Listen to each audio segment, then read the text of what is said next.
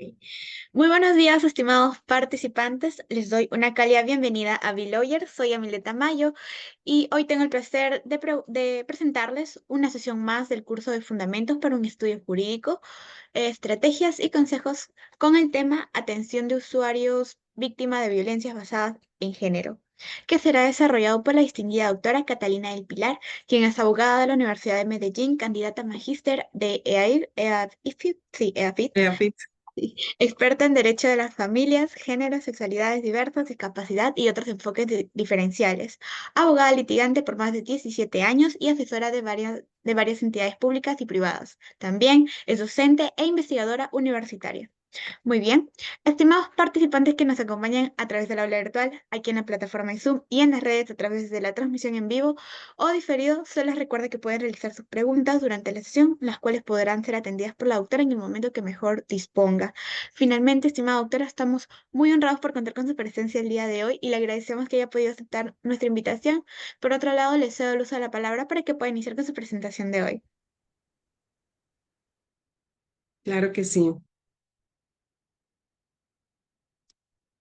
Muy buenos días a todos y a todas. Les saluda la profesora Catalina Cardoso Arango desde mi territorio amado, Medellín, Colombia, y por supuesto les extiendo un saludo muy grande a uno de los territorios que más amo y es como mi segunda patria, Perú, por la cual me alegro, por la cual también me entristezco porque las llevo profundamente en el corazón y en este momentico siento que viajo hasta Perú a acompañarles en esta charla.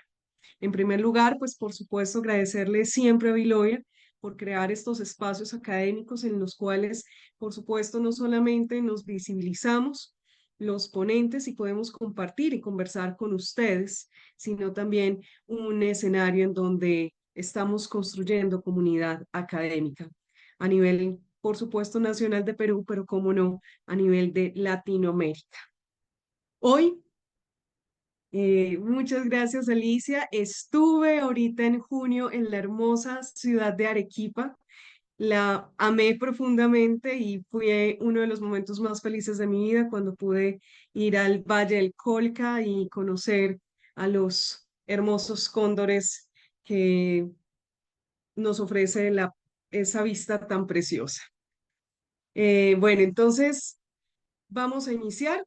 Hoy vamos a hablar cómo desde el derecho de las familias, cómo desde la atención de la niñez y de la adolescencia, como en la atención de la tercera edad, en la atención desde la discapacidad, en la atención de los grupos étnicos, en la atención desde el derecho penal, desde el derecho laboral y desde todas las áreas que transversaliza el enfoque de género, vamos a atender a esas mujeres y, ¿por qué no?, también a esos hombres, niños, niñas y adolescentes de la tercera edad, algunos con discapacidades físicas o psicológicas, algunos pertenecientes a los grupos poblacionales étnicos, algunos que también han sido víctimas o partícipes del conflicto armado, algunos migrantes, principalmente nuestra hermana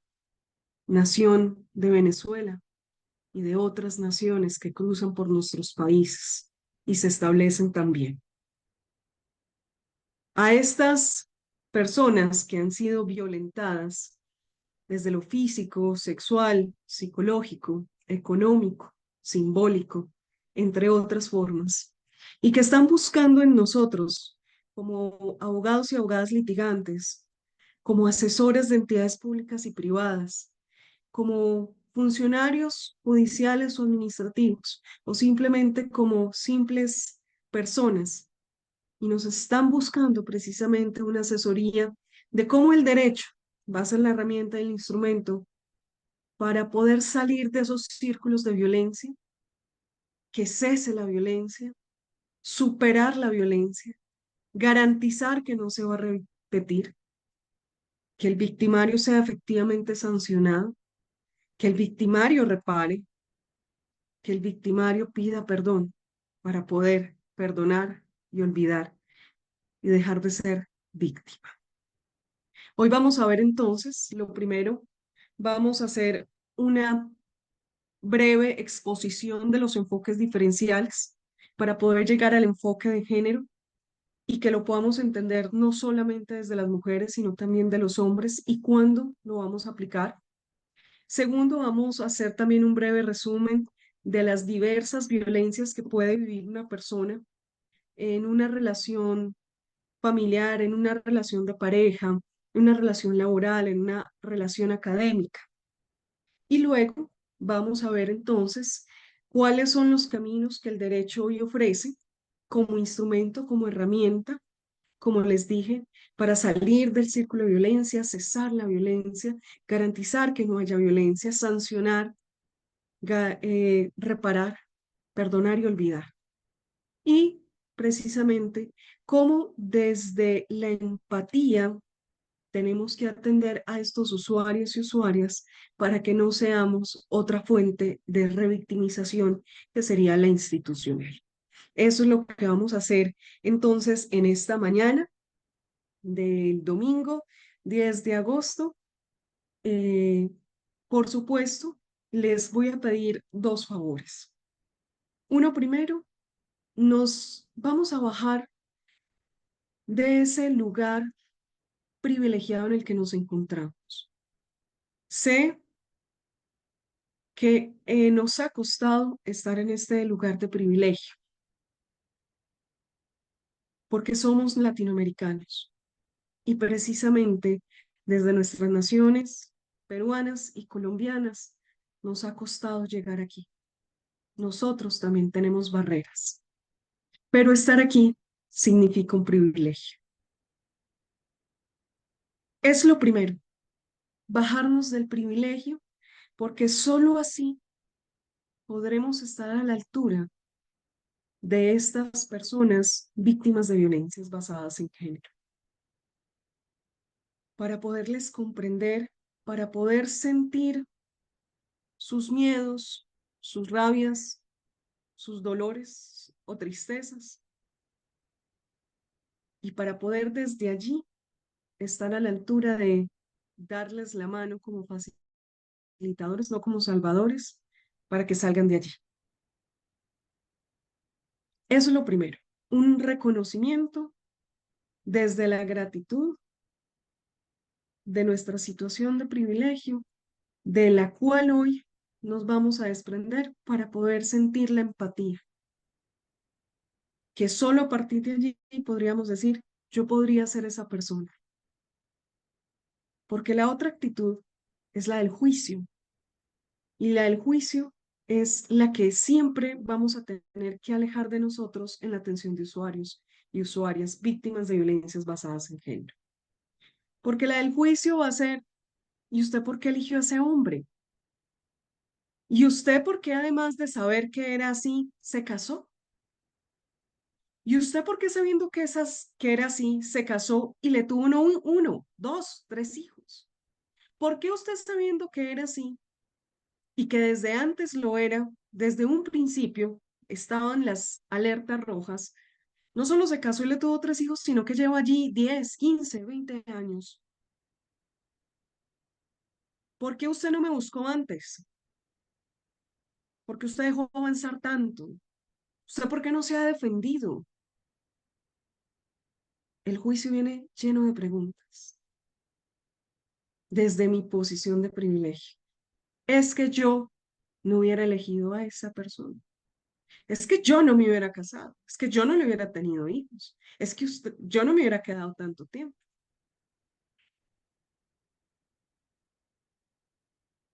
Ese entonces va a ser el primer favor. Vuelvo y les digo, con la gratitud que nos debemos a nosotros mismos, a nuestros padres y madres, a nuestro lugar socioeconómico y cultural y regional que nos ha permitido estar aquí, nos vamos a bajar de ese privilegio para ser empáticos y no juzgar.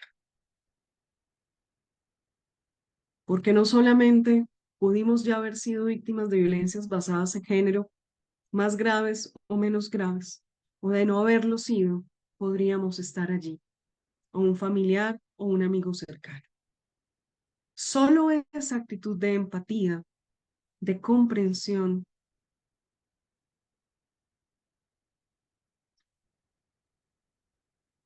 de misericordia, muy desde lo cristiano, pero también desde la solidaridad, mucho más laico, vamos a poder atender a estas personas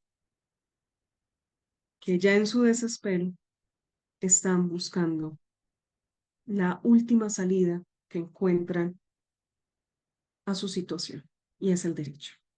Ese es el primer favor entonces. Y el segundo favor, mucho respeto. Yo llevo 17 años siendo docente universitario, pregrados, posgrados, extensión, alrededor de todo mi país, varias veces en Perú y en otras latitudes de nuestra amada Latinoamérica, principalmente en el área del derecho privado. Y nunca he sido irrespetada, salvo cuando toco estos temas. Nada más esta semana, en una especialización de notariado y registro que me correspondía ser la docente del módulo de personas y familia, recibí reiterados ataques de dos estudiantes que no estaban de acuerdo con esto. Está bien no estar de acuerdo, es parte del debate democrático que nos permite la academia, pero está mal hacerlo desde el irrespeto. Entonces, sé que quizás algunos no están de acuerdo con esto. Hay muchos asuntos que aún yo hoy los cuestiono, esperando poder deshacerme de todos los juicios. Me costó también llegar aquí, pero tratemos de hacerlo con mucho respeto, pero sobre todo abriendo los ojos, los oídos, nuestras mentes y nuestros corazones a una información quizás nueva que nos va seguramente a servir para ser cada día no solamente mejores personas, sino por supuesto mejores abogados y abogadas al servicio de estas personas. Esos son entonces los dos favores.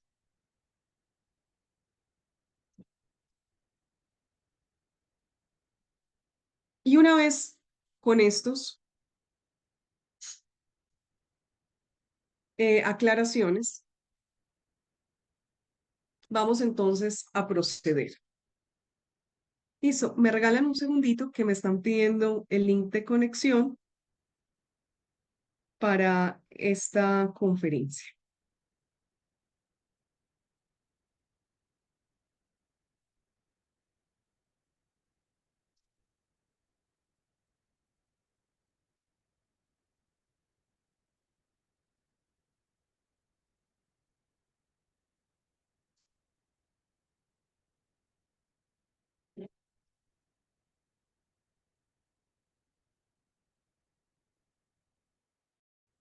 Bueno, vamos entonces la primera parte, y esta primera parte tiene que ver con qué es el enfoque o la percepción de género. Hoy, por supuesto, y estas últimas 2 semanas, nuevamente en el debate público, precisamente con ocasión de los Juegos Olímpicos y todo lo que gratamente e ingratamente hemos presenciado. Por supuesto, los cuestionamientos a la participación de ciertas mujeres en ciertos deportes que han llevado otra vez a que una agenda política, una agenda religiosa, cuestione los derechos de las mujeres. Y tildan que este enfoque y percepción de género hace parte de una agenda ideológica, le llaman algunos woke, otros le llaman la agenda o el lobby gay, otros le llaman la Agenda de Sao Paulo, entre otras categorías. Por supuesto, no puedo dejar de mencionar cómo desde la extrema derecha, desde ciertas creencias religiosas muy ortodoxas, se nos ataca como woke, como del Foro de Sao Paulo, como lobby gay, a quienes estamos en la defensa de los derechos humanos. No lo podemos negar y tenemos que hablarlo para poder saber, para poder defender que no estamos cumpliendo las ideologías políticas y religiosas de una agenda gay o de un foro de Sao Paulo o una teoría woke, sino que estamos en el ejercicio de la defensa de los derechos humanos, de los grupos poblacionales históricamente más vulnerados. Y para poder ejercer efectivamente esta defensa de los derechos humanos de estos grupos poblacionales, tenemos que aplicar una metodología, una epistemología, que ya inicié de alguna forma introduciéndolos, y es bajarnos del privilegio, dejar aparte nuestros queridos prejuicios, como los llamaba Nietzsche, ponernos a la altura, acercarnos, enfocarnos, ponernos unos lentes para poder ver, sentir y percibir lo que esa persona está viviendo. Como su nombre le indica, enfocar tiene que ser lo que ello es. Pensemos en que tenemos una cámara fotográfica, como las de antes o como las de hoy, que todas son a través de nuestros celulares. Pensemos en que queremos captar la belleza de un paisaje, la belleza de ese valle del Colca, por donde vuelan nuestros aves nacionales. Queremos que esa fotografía refleje lo que nuestros ojos están viendo, lo que nuestros oídos están escuchando, el clima que estamos percibiendo. Me transporto en este momento precisamente a ese valle del Colca, al frío que se siente allí, a esos olores tan gratos y a ver desde lejos cómo esos cuellos blancos empiezan a repuntar. Y cojo mi cámara, pero no logro que que esa fotografía refleje la realidad. ¿Y qué es lo que hago? Me acerco, me muevo, me subo, me bajo, enfoco. Eso es enfocar. Lo que hacemos con nuestras cámaras fotográficas. Lo que hacemos cuando no alcanzamos a ver bien y nos ponemos las gafas, como lo hizo la atleta brasilera que ganó el oro. No veía y se puso sus gafas, enfocó. Lo hacemos con nuestros propios ojos cuando no alcanzamos a ver. Eso es enfocar. Y ese es el enfoque. El enfoque, como les digo, en algunas ocasiones nos va a decir, acércate para que veas mejor.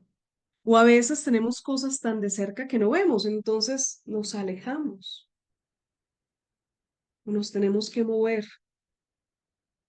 O a veces inclusive utilizar lentes o microscopios o telescopios o binoculares para tratar de ver lo mejor posible. Unos verán más que otros necesitarán más apoyos que otros. Otros necesitarán eliminación de barreras que otros. Pero la idea del enfoque es tratar de acercarnos lo mejor posible para, y ahí viene la palabra percepción, ver, oler, sentir, pensar, percibir como esa otra persona. Ese es el enfoque. No tiene que ver con discursos políticos o ideológicos. Tiene que ver con una metodología de cómo esa persona que tengo al frente, que es tan diferente a mí y que me está narrando una condición de vida y que yo para poder comprenderlo y señalar el camino o los caminos, el íter, tengo que enfocarme. Es lo que hacemos cuando viajamos. También cuando viajamos nos enfocamos eh, con el clima, con la gastronomía, con la cultura y nos acercamos. Y eso es lo que vamos a tener de frente. De frente vamos a tener una mujer, de frente vamos a tener una mujer adolescente, de frente vamos a tener una mujer ya en la tercera edad, de frente vamos a tener que esa mujer adolescente o de la tercera edad puede o no tener una condición o situación de discapacidad física o mental. De frente también vamos a tener una mujer empobrecida, una mujer quizás racializada o perteneciente a nuestros grupos originarios, una mujer que fue víctima del conflicto, una mujer migrante, una mujer lesbiana, una mujer trans,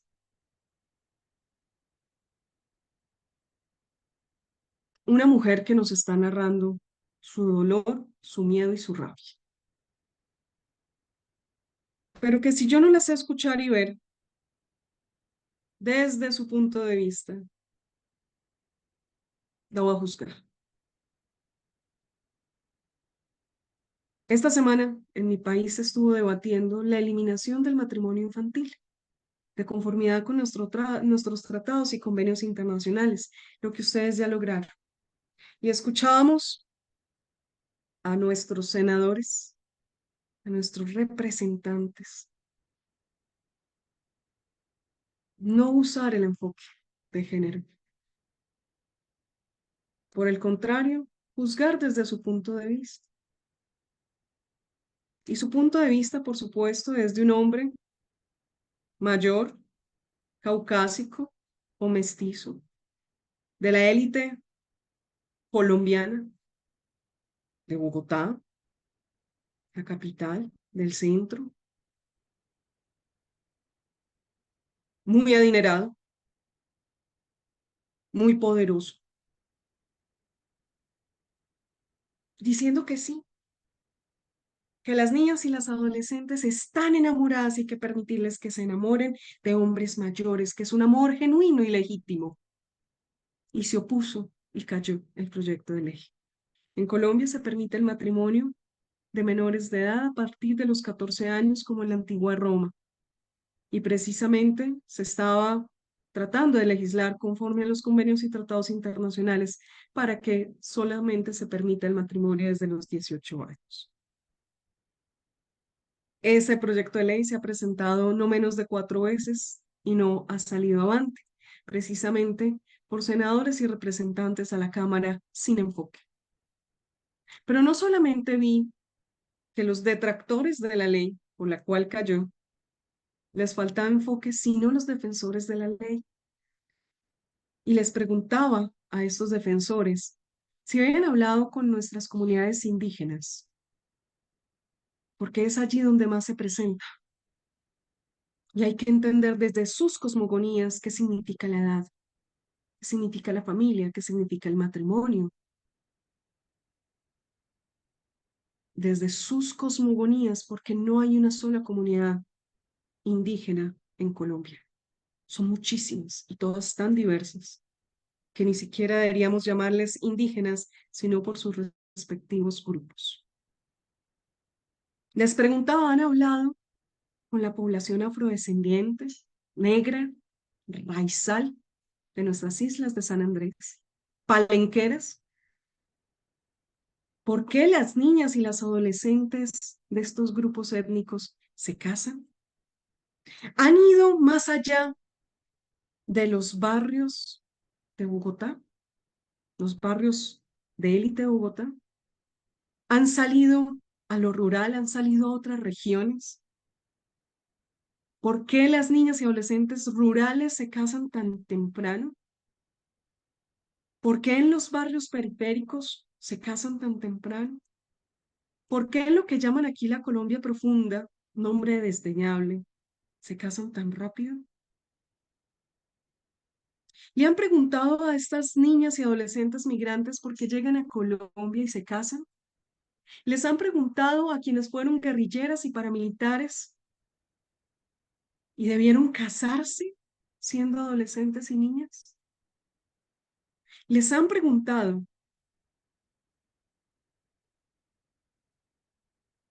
a las personas con discapacidad por qué no las casan?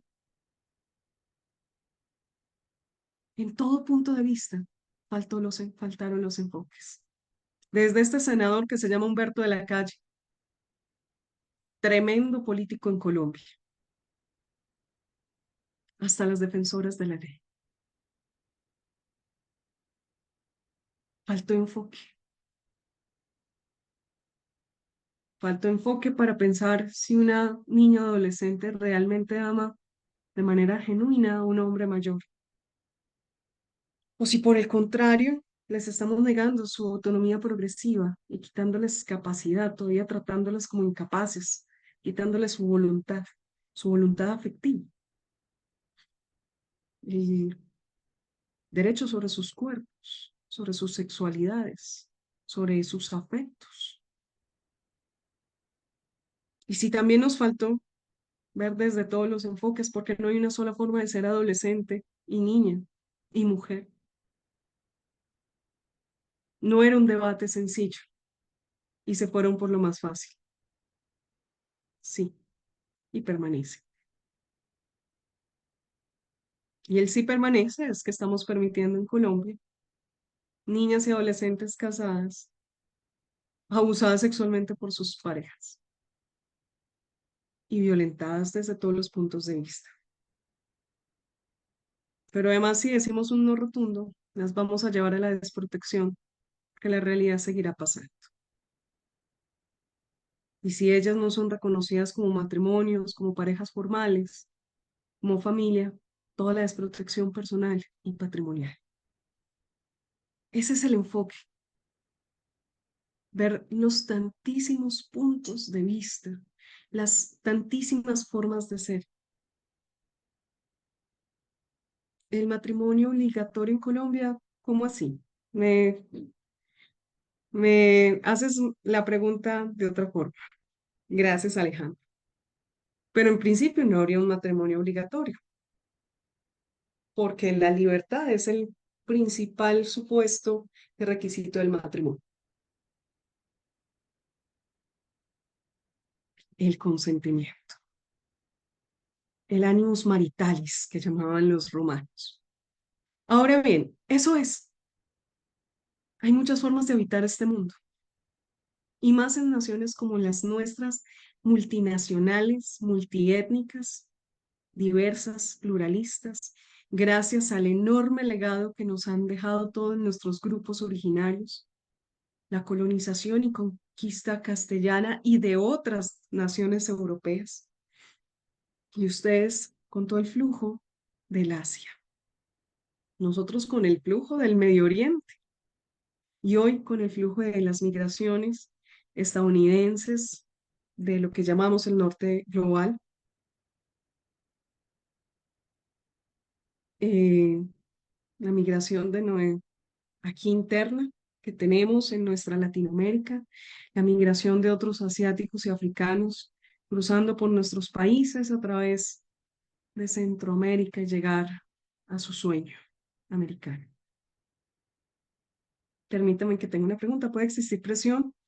Pues claro, por supuesto debe haber presión, eso sería fuerza, y la fuerza es un vicio del consentimiento, por lo tanto estaríamos en causal de nulidad del matrimonio. Y eso también es algo que deberíamos evitar. Pero hay que tenerlo en cuenta y muchas gracias Alejandro en ese debate cuando lo vayamos a tener y en el debate que todavía ustedes deben tener, aún ya eliminado el matrimonio llama, denominado infantil, tampoco es que me gusta mucho el nombre, pero bueno.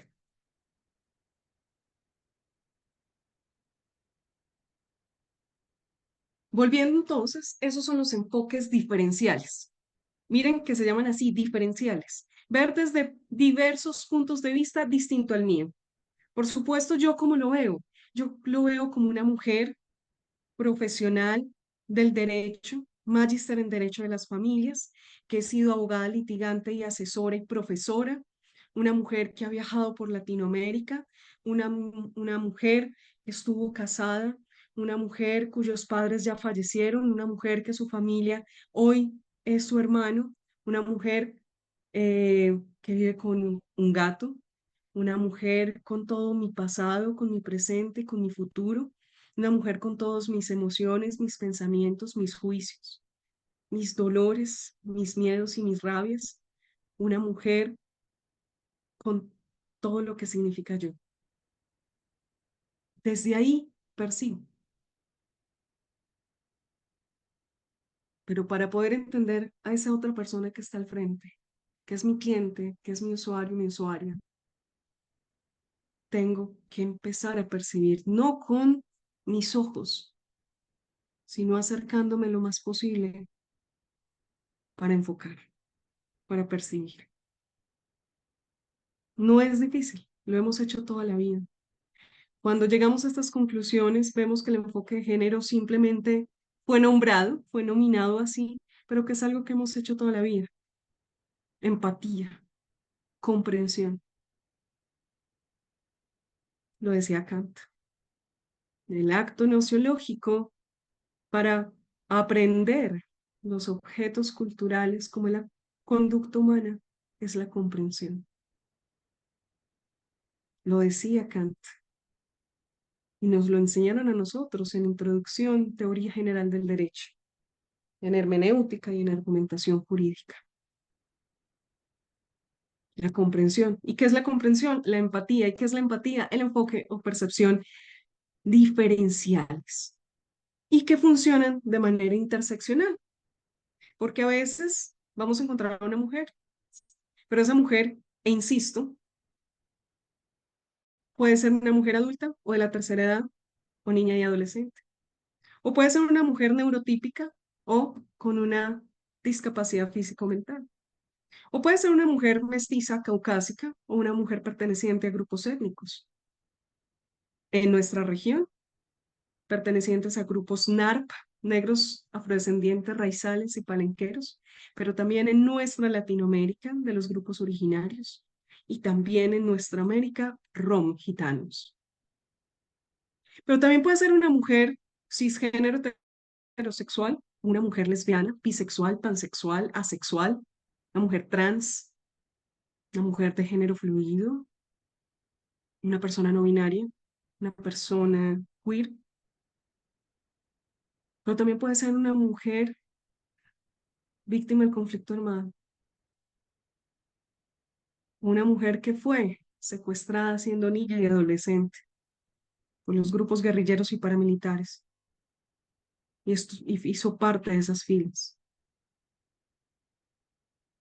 una mujer migrante, una mujer en prisión o pospenada, una mujer rural o urbana, una mujer de la élite o de los barrios populares, una mujer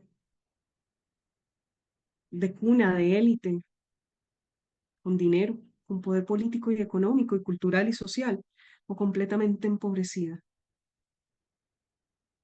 Y allí es cuando las diversas formas de ser mujer se interseccionalizan para que la atención sea más integral. Ese es entonces el enfoque o percepción de género, una metodología para conocer, para comprender, para empatizar, para aprender a la otra persona diversa a mí, para reconocer la otredad, no desde mi punto de vista y privilegio y juicio, sino desde su punto de vista. Ese es, no tiene que ver con ningún asunto ideológico, ni ninguna agenda, tiene que ver con los derechos humanos. Y lo hemos hecho siempre. Permítame que aquí Alejandro está hablando. Lo siento mucho. Ahorita me cuentas qué es esa legalización de la trata de personas. Aquí estamos en mi ciudad en particular y en mi amada, heroica Cartagena, donde estaré la próxima semana y súper invitados a mis territorios amados. Estamos en ese asunto, Alejandro. Nuestras mujeres son preciosas en todos los sentidos, en todas sus diversidades, pero hoy están siendo explotadas sexualmente y nuestros destinos, Medellín y Cartagena en particular, están siendo visitados por personas del norte global, especialmente estadounidenses, israelitas, europeos, solamente a eso, al consumo de drogas y estupefacientes, de bebidas alcohólicas, a la rumba y a explotar niñas y adolescentes y mujeres empobrecidas. Y, por supuesto, permitiendo la trata de personas. Hoy me despierto con la noticia que fueron capturados 3 estadounidenses quienes estaban con 3 niñas de 12, 13 y 14 años. Y esas historias las estamos leyendo todos los días. El turismo que tanto tratamos de promover después de pacificar nuestro territorio, y en ese proceso estamos, nos ha traído esa vergüenza. Ahorita, Alejandro, me cuentas qué significa eso de la legalización de la trata de personas en Perú. Ahora bien, si ven, ese es el enfoque y la percepción, pero lo vamos a hacer desde varios puntos de vista. Miren que lo he nombrado mucho, pero es que es necesario. Entonces vamos a hablar de los enfoques diferenciales. El primero, el de género, que incluye mujeres y hombres. Ahorita vamos a ver cuándo a esas mujeres y hombres les vamos a aplicar el enfoque de género, porque no siempre. Dos, enfoques etarios, es decir, por la edad. Y allí vamos a encontrar el enfoque de niñez y adolescencia y el de la tercera edad. No sé cuál de los dos extremos más invisibilizados, instrumentalizados y olvidados. Tres, enfoques por diversidad, por orientación sexoafectiva e identidades de género no hegemónicas. Y allí vamos a encontrar entonces todas las orientaciones sexoafectivas, principalmente pues hombres homosexuales, mujeres lesbianas, bisexuales, pansexuales, asexuales y otras, y las identidades como cisgénero, personas trans, siendo o transformistas, transexuales o transgénero, personas no binarias, personas de género fluido, personas queer y otras. Están los enfoques étnicos, personas NARP, negras, afrodescendientes, raizales y palenqueras, personas de grupos originarios o indígenas o nativos, personas rom o gitanas, enfoques migratorios, enfoques de personas privadas de la libertad y pospenadas, enfoque de víctimas del conflicto armado o pertenecientes a él en los grupos guerrilleros, los grupos paramilitares, en el mismo estado. Enfoque territorial, regional, enfoque rural. Miren que son muchos los puntos de vista a tener en cuenta. Y seguramente ustedes desde Perú sí que lo saben. Esta vez, por ejemplo, aprendí que no es lo mismo hablar desde Lima, desde San Isidro, hablar desde Arequipa, hablar desde los pueblitos. hablar desde las diversas regiones, como el Amazonas, como la costa, el norte, el sur, la sierra. No es lo mismo, y ustedes lo saben, y siempre lo hemos sabido. Hoy simplemente el derecho, que nos iguala a todos ante la ley, el derecho también nos está diciendo, pero nos tenemos que tratar de manera diferenciada, de acuerdo a esos grupos minoritarios. Esos son, esos son los enfoques. Y bueno, les dije que el género no implica solamente a la mujer. Por supuesto que aunque en la estructura binaria serían dos los géneros, el masculino y el femenino, pues precisamente los enfoques nos ha llevado a ver que hay muchísimos más.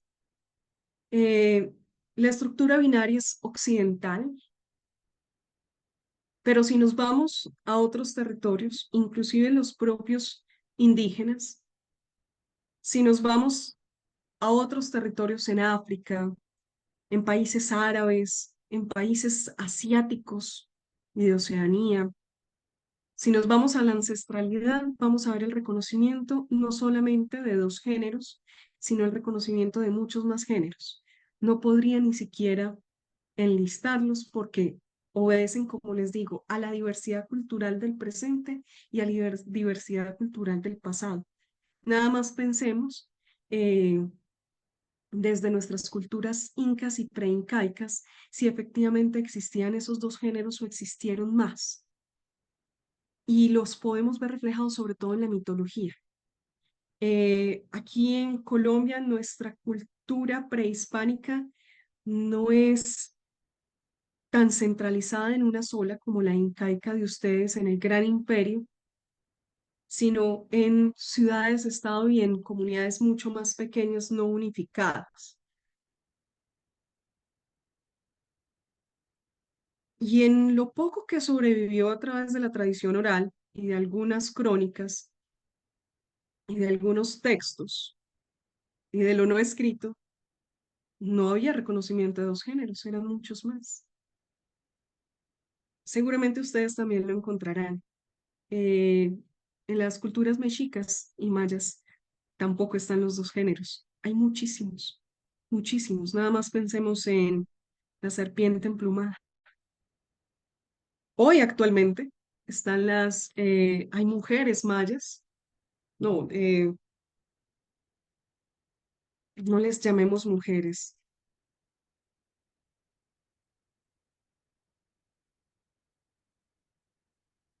son un grupo poblacional de ascendencia maya, se ubican en México, en Guatemala y en Centroamérica, eh, y hacen parte hoy serían equiparables pues a mujeres trans, por eso me retracté porque no son mujeres trans en sentido estricto, porque ellas se han querido denominar de otra forma. Y eso que solamente estoy hablando de Latinoamérica, pensemos en otros escenarios, pensemos en la India, pensemos en todo lo demás. Por eso esta misma semana, cuando Imane la estaban tratando de categorizar entre hombre y mujer, como que olvidamos que ella, ella, porque así se identifica, viene de la cultura árabe. Y allí sí que encontramos diversidad, sino que no hemos querido abrir los ojos a verla.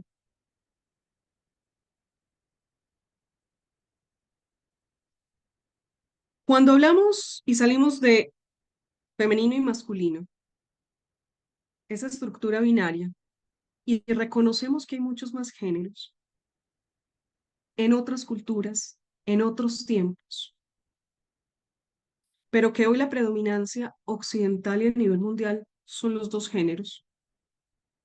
Pues hablemos que cuando estamos aplicando el enfoque de género no solamente será a mujeres, sino que también a hombres. Pero para poderlo aplicar, tiene que ser hombres y mujeres que estén en una condición. Y esa condición es de inferioridad, de sumisión, de falta de poder, cualquiera que sea este, político, económico, social, cultural, académico, regional. por edad, por etnia. Y esa persona, hombre o mujer, en condición de inferioridad por todos estos entornos, se encuentra además sumisa por otro u otra. Claro, estamos en una relación de poder. Y si hay una relación de poder es porque alguien jerárquicamente es superior a otra. Y en esa relación de inferioridad y de subordinación respecto a alguien que sí tiene ese poder que esa persona no tiene, además violenta. Y es allí cuando aplicamos el enfoque de género. Entonces, si encontramos, por ejemplo, una relación familiar entre un hombre y una mujer, pero entre ellos dos hay paridad desde todos los puntos de vista, mal haría la mujer en solicitar que se aplique enfoque de género porque es mujer.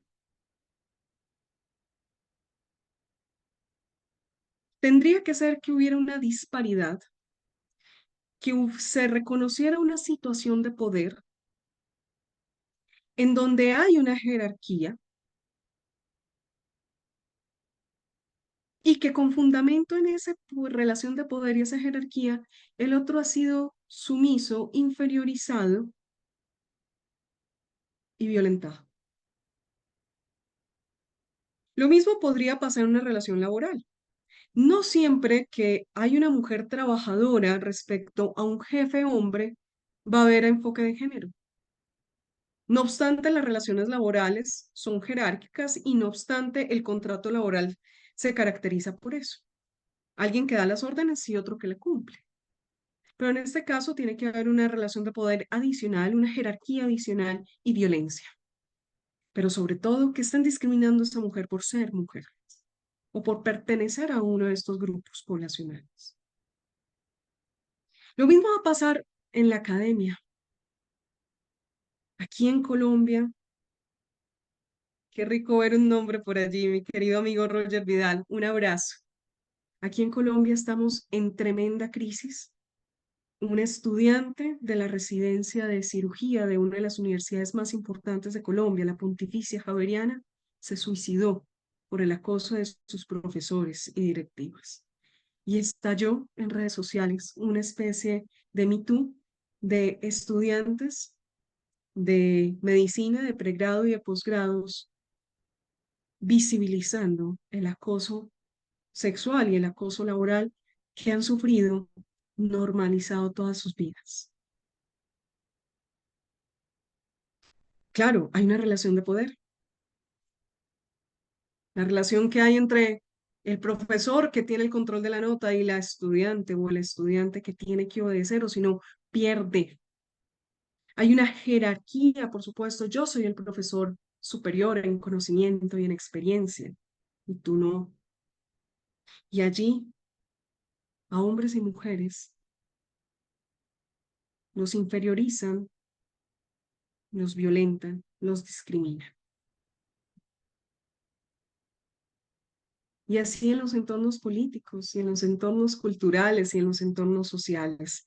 Entonces, alejemos el enfoque de género que sea de aplicación exclusiva para mujeres, extendámoslas también a los hombres, pero que lo vamos a aplicar cuando reconozcamos relaciones no paritarias, sino relaciones jerárquicas, es decir, verticales, relaciones de jerarquía, relaciones de poder, y con ocasión de esas jerarquías, de esas verticalidades, de esa disparidad, de esos poderes y sumisiones, a la otra persona se le ha inferiorizado, está en posición de sumisión, se le ha discriminado y se le ha violentado.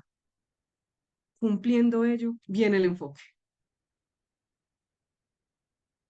Se nos facilita comprenderlo en las mujeres, porque históricamente hemos estado allí. Se nos dificulta no aplicarlo en mujeres cuando hemos salido de esos lugares de vulnerabilidad. Se nos dificulta cuando aún estando en privilegio, también caemos en jerarquías de poder y discriminación. Pero aún más se nos dificulta con los hombres. En las relaciones de pareja difícilmente logramos ver, percibir, enfocar hombres violentados por sus compañeras. Se nos dificulta ver en relaciones homosexuales, inicialmente paritarias por el género, que vaya a haber también una violencia y discriminación. En relaciones lésbicas, en principio dos mujeres vulnerables y una ejerciendo poder, control, discriminación y violencia. Por eso, el primer favor que les dije, abrir la conciencia, abrir los ojos, ponerlos los lentes, si es necesario utilizar más instrumentos para ver y poder visibilizar. Ayer nada más estaba atendiendo a una grandísima mujer, es abogada de una de las mejores universidades del país, con todos los papiros y títulos académicos, fundadora y creadora de grandes centros de conciliación, preciosa, divina, muy bella, madre. Nunca creerías lo que logré ver en un acuerdo transaccional. Yo siempre la vi a ella como una mujer tan supremamente poderosa, admirable, es motivo de inspiración, y en un acuerdo transaccional que suscribió con su ex, logré ver con estas gafas violencia económica. Ayer le pregunté con todo respeto, ¿cierto que fuiste violentada? Que este acuerdo fue un instrumento por el cual te violentaron.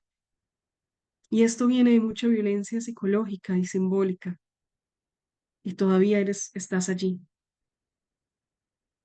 Y me dijo, por primera vez lo reconozco. Sí.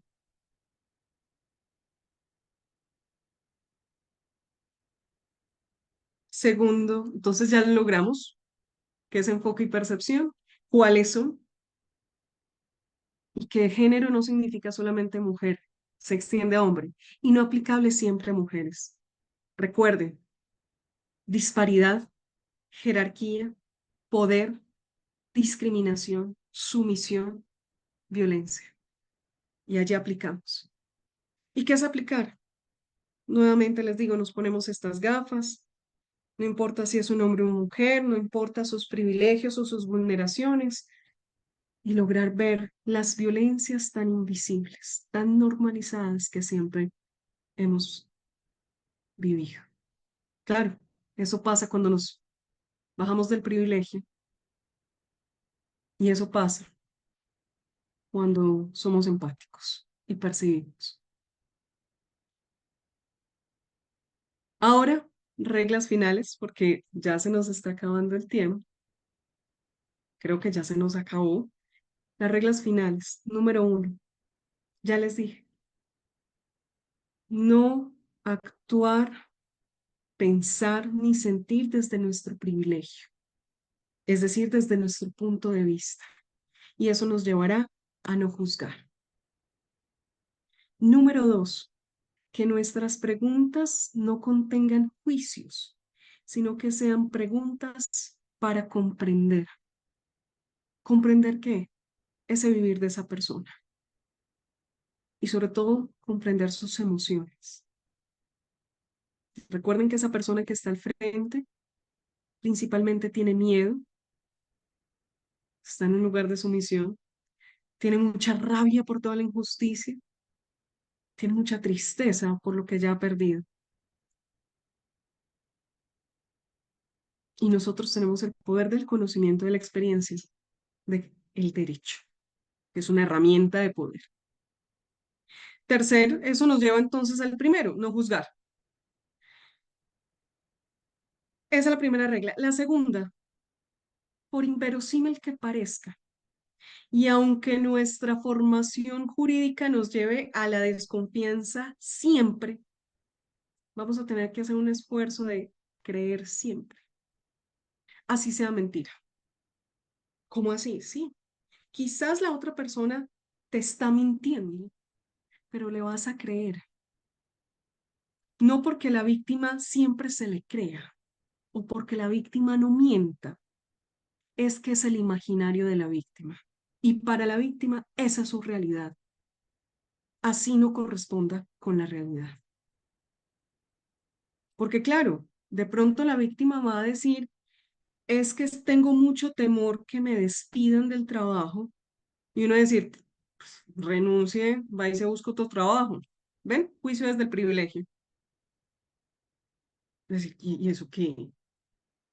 Pues usted, ¿por qué le va a tener miedo de eso? Usted es heredera. Usted está muy bien casada. ¿Usted qué miedo le va a tener? Juicios, juicios, juicios a través de preguntas. O a vos no te van a despedir, deja el miedo. Es su realidad.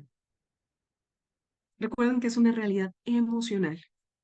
Entonces vamos a creer en que esa persona, desde su realidad, desde su imaginario, es lo que está percibiendo. Tercera y última regla. No estamos salvando. No somos víctimas de la víctima, ni el victimario común, ni tampoco somos el victimario de la víctima. Salgamos del conflicto. Porque si ofrecemos salvar a la víctima va a generar dependencia de ti y siempre va a ser víctima y siempre vas a ser salvador. Y no lo somos. No es nuestra carga, no es nuestra responsabilidad. No podemos dejarnos victimizar por la víctima. Y allí es cuando nos identificamos con nuestros clientes y usuarios y se nos vuelve el asunto personal. Tampoco. No es nuestra carga, no es nuestro dolor, no es nuestro miedo, no es nuestra rabia. Pero tampoco vamos a ser los victimarios, a revictimizar. Nuestra función única es facilitar a través de la herramienta y el instrumento jurídico que esa víctima se empodere y salga de allí. Y que el victimario se desempodere y salga de allí. Porque si no, la víctima siempre será víctima y el victimario no dejará de serlo. Por eso es que es necesario los instrumentos de justicia restaurativa y transicional para que esa víctima, que alguna vez lo fue, deje de serlo. O si no, como decimos aquí en Colombia, ¿cuándo un desplazado deja de ser desplazado? ¿O toda la vida es desplazado? ¿Una víctima de abuso sexual siempre lo es? ¿O deja de serlo?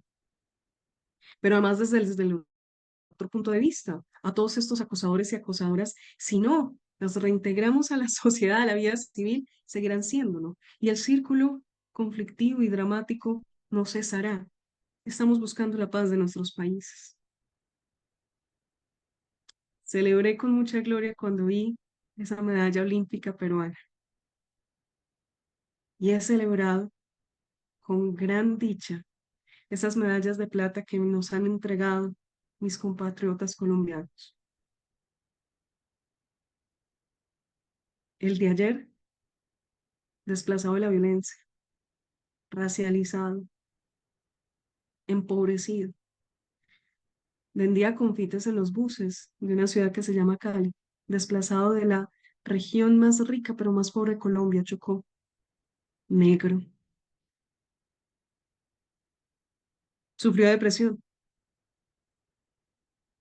fue discriminado, fue rechazado y ayer logró una presea de plata en Pesa y lloraba.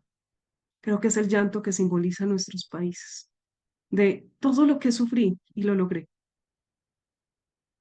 Qué curioso que sean las presas lo que más preseas nos ha dado Colombia. Es que logramos levantar este peso. La mujer de ayer, madre cabeza de familia, desplazada también, racializada, muy empobrecida. Iba a dejar las pesas para trabajar en un restaurante, para poder darle educación a su hijo. Le dijeron que no. Y ayer se alzó con otra presea de plata, en peso, superó su propio récord. Qué grande son estos juegos. Y cómo a través de sus historias vemos los enfoques. porque están en todos lados. Cuando nos ponemos estas gafas de tantos colores, empezamos a ver la verdadera diversidad y la belleza de ella. Muchas gracias, mi querido Perú, a ustedes desde Lima, desde Arequipa, de todas esas bellas regiones, con todo lo que nos han regalado en cultura, en historia, en gastronomía, en el derecho. Bienvenidos a mi patria Colombia. Tenemos mucho que enseñarles y ustedes mucho que enseñarnos. Y gracias por permitirme ser parte también de ustedes. Los llevo en el corazón, siempre a su servicio, para facilitar que cada día podamos servir mejor a las personas. Recuerden, no salvando, sino facilitando que las personas salgan de estos círculos conflictivos y dramáticos. Que el victimario diga algún día, superé estar causando daño a otros. Hoy genero bienestar y que la víctima salga de allí, dejé de sufrir y hoy estoy en bienestar. Que sea un compromiso latinoamericano porque la estamos sacando del estadio en París, demostrando que Latinoamérica con muchos esfuerzos y contra la política nos estamos superando en el deporte, en el arte, en la cultura, en nuestra historia, en todo lo que somos. Muchas gracias. Les abrazo desde Medellín, Colombia, a todos ustedes. Sí, muchísimas gracias, estimada doctora, por tan excelente y profunda ponencia. Estamos de verdad muy agradecidos por tenerla hoy con nosotros. Le extendemos nuestra total gratitud por su participación en este curso. De verdad, doctora, su conocimiento y experiencia han sido bastante enriquecedores para cada uno de los ponentes, no, presentes el día de hoy. Muchísimas Les gracias. dejo entonces, muchas gracias, les dejo mi correo electrónico, mi número de WhatsApp, todo lo que necesiten, estoy a su servicio. Un abrazo grande. Listo, muchas Muchas gracias, gracias. estimada doctora.